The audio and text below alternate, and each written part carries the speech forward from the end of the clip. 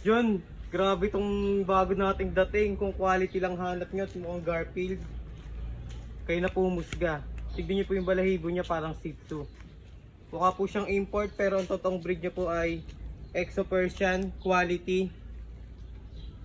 Mukha po siyang si Garfield. Yan, kitang-kita nyo naman po yung pagka-ginger niya, ang ganda. Tsaka yung buntot pa lang po nyo, no? Ang laki. Lalo po pag sa personal nyo siya nakita, napakalaki po talaga nito. Ang details po pala niya ay Exo Persian, male, 9 months old. Big bone and quality talaga. Di pa po yan napapaliguan, lalo po pag napaliguan niya, mas gaganda pa po yan. Pero nakikita nyo naman po kahit di pa po napapaliguan, talagang ganda, quality.